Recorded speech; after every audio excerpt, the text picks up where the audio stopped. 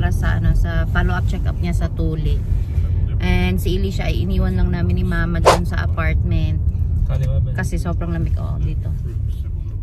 Tapos si Kuya ay nasa school. Ayan, sobrang lamig dito ngayon guys. Extreme cold warning. Pag nandun ka. Kaya nga eh. Kahit winter pa. Dito na kami guys. Aakyat na kami doon. Ayan, sobrang lamig ngayon. Hindi na namin dinala yung ano, yung stroller. Malapit lang naman dito yung ano, parking area.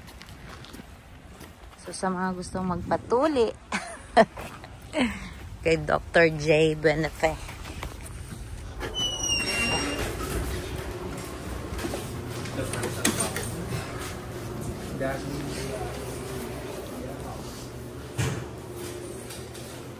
Ayan si Dr. J. Dito na kami. Wait na lang namin si Doc. Ayan. Wala pa si Doc. So, hinihintay pa namin na pasukin kami dito. But naka-appointment kami ng alauna. So, alauna na. And, yeah. Hinihintay na lang namin. Uwi na kami. Tapos na. Dada. Asan yung kukumutan mo muna? Kasi sobrang lamig. Yan.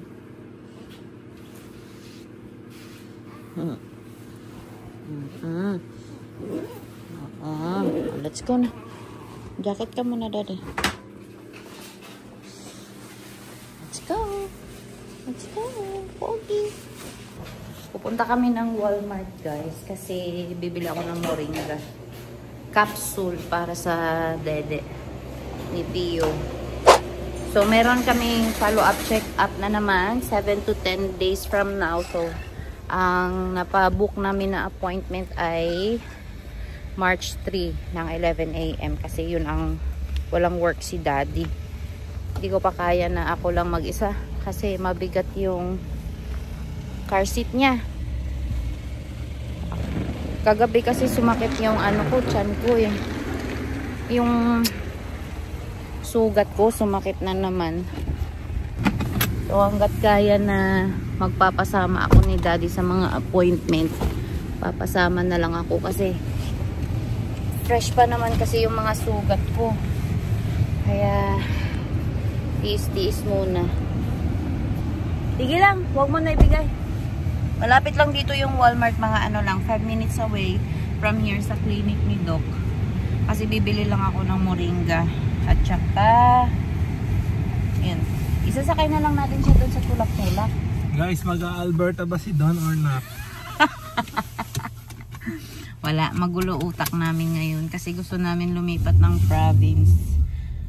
But, bago kami lumipat, yun nga, nag-iisip kami kung... Saan ba, Dan? Ayun, lumabas ka doon. Tapos sa stoplight kaliwa. Bago kami lumipat, dapat meron munang work na malilipatan si Daddy. Same as what? Same as kung ano yung work niya ngayon.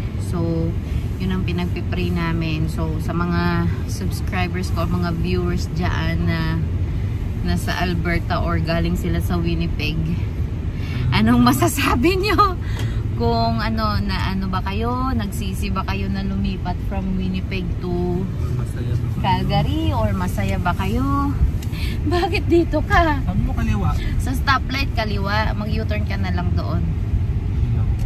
Yan, mag-U-turn ka dyan. Tapos sa stoplight. Ewan ko kung pwede din dumaan dito, pero wag na kasi di ko kabisado. Ito lang kasi yung mountain dito sa Winnipeg, guys eh. Ayan lang ang mga Winnipeg Rockies dito. Yan. O, yan. Sa gilid-gilid lang ng kalsada. Wala kaming ibang view. Ay, ewan. Basta wala kaming bundok talaga na makikita. Doon, kaliwa? Oo. Yan, sa stoplight, kaliwa. So, diba, ang gulo namin. But, ganun talaga. Nagsisimula pa naman kami eh. So, wala namang mawala kung ano, 'di ba? Yung magsisimula ulit. Kasi habang nagsisimula pa kami, sisimula ulit. Alam sa ay nako. wala, nabuboring na siguro kami dito sa Winnipeg kasi kami yung tao kasi na alam mo yun, gustong mag-explore, gustong pumunta-punta kahit saan. Eh dito sa Manitoba wala kaming mapupuntahan na iba. Sa Calgary hindi. Kaya nga plano namin ngayong summer talaga ay magbakasyon talaga kami sa Calgary or sa Alberta kasi titignan namin doon kung ano ba talaga, but yun nga, ang dami nga nagsasabi na maganda talaga sa Alberta. Maganda ang lugar doon. Maraming mga magagandang mapapasyalan. So, bahala na. Ba't gano'n? Ba't gano'n ginaganon mo? Gumaganon siya. Ayos, sa kalsada siguro. Hindi pantay yung daan. Oo. Kaya sabi ko kasi ni Daddy guys na as long as hindi pa kami established. Diyan Daddy, RBC. Huh? Oo, yan. As long as hindi pa kami established, yan, pwede pa kaming alam mo yun, lumipat kung saan namin gusto. Kasi para alam mo, hindi namin pagsisihan na dito kami tumanda hanggang pagtanda namin. Kahit pa paano ay sa Calgary, siguro medyo kalmado ang weather doon or ewan, hindi pa kasi talaga kami nakapunta doon. Kaya hindi pa namin alam kung ano talaga ang buhay sa Calgary, pero pag tinitignan namin sa weather is medyo mas mababa na yung weather nila compared sa amin dito kasi gaya ngayon is extreme cold warning kami dito ngayon sa Winnipeg, but hopefully nga next week ay sabi hindi na daw kami lalamig, but mag-i-snow pa. Pero sa Calgary maganda-ganda na weather nila. Doon ka na lang kaya. Doon. Ayan, dito na kami sa Walmart. Hahanap lang ng medyo malapit-lapit na parkingan. Tawid ka kaya doon. Ayan yung mountain ng Manitoba. Mountain of snow. Ang dami, di ba? Oo. Ayan, may bakante doon. Yan, sa tabi dyan. Oo. Ayan. Naghahanap ng malapit sa entrance. Ako na lang. Hindi na kayo sa Bakit mo pinorward? Sikip eh. Ako na lang? Ako na lang. Kasama na lang si Daddy guys. Kasi gising si Pio. Ay, kailangan ng piso. Be! Kailangan ng piso. Meron ka piso dyan? Patay. Wala kaming piso. Sa loob, merong doon. Mga cart. Ayan. Pasok na tayo.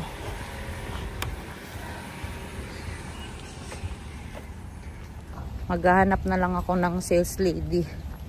Magpasaksak tayo ng piso para maano natin yung cart. Para mailagay si Pio doon kasi baka matatagalan ako maghanap ng ng malunggay. Lamig. Pasok tayo dito.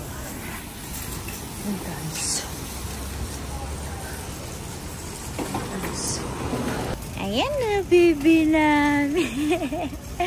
Nakasakay na sa cart. Ayan guys, ang Walmart.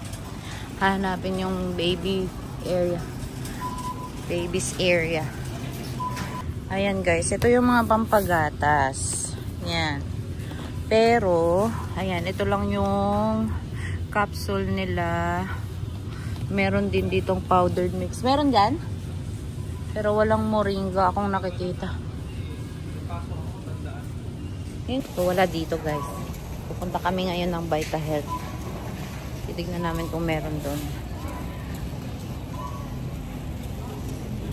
So, dito ako sa Vitahealth guys. Papasok ako doon. Wala silang capsule guys. Parang ayoko yung Wala silang capsule. Ayoko yung powder.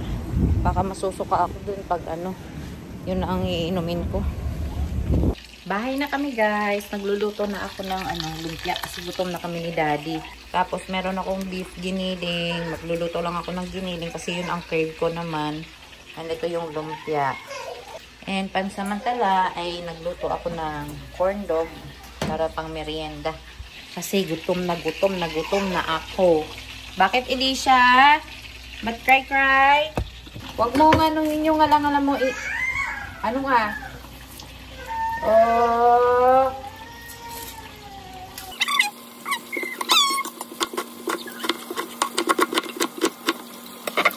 Hi, baby. Elisha. Gutong-guto niya pumunta ni baby brother. Tingnan mo, ha? Ha? Oh, laki ni baby brother, oh. Hello, Pogi. Hello, ganda. Nana. Pogi.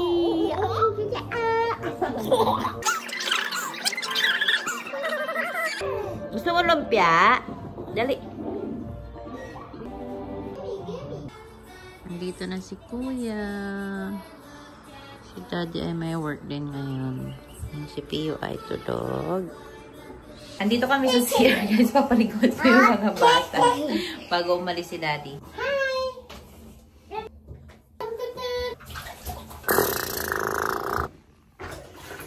Hindi na. Kain ako. Tapos na maligo. Fresh na mga anak ko. Si Pio umiiyak.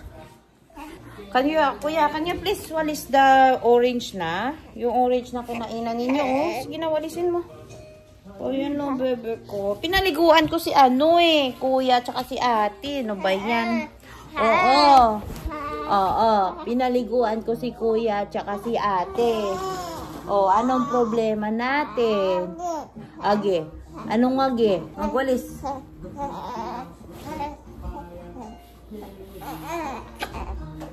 Diyos, galit na galit.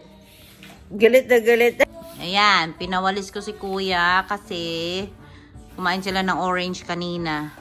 Pero tapos na sila maligo dalawa.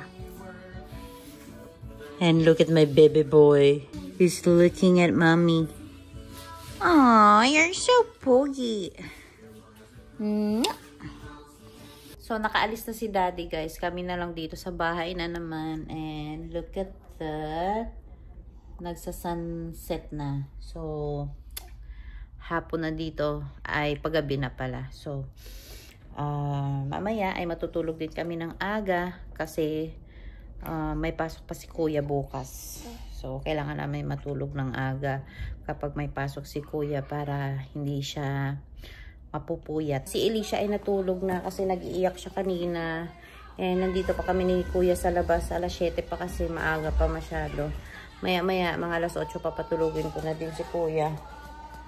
So, nalinis ko na din yung bahay kasi napakakalat.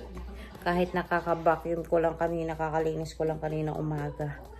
Hay, buhay, may bata talaga. Hindi talaga lilinis yung bahay kapag may bata. But it's okay, ganun talaga.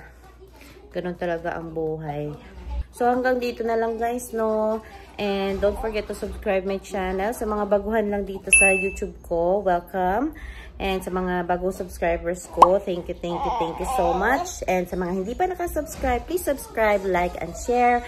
And just comment any suggestions o kung ano yung mga gusto nyong mga i-comment. So, maraming salamat. See you to my next vlog. Bye!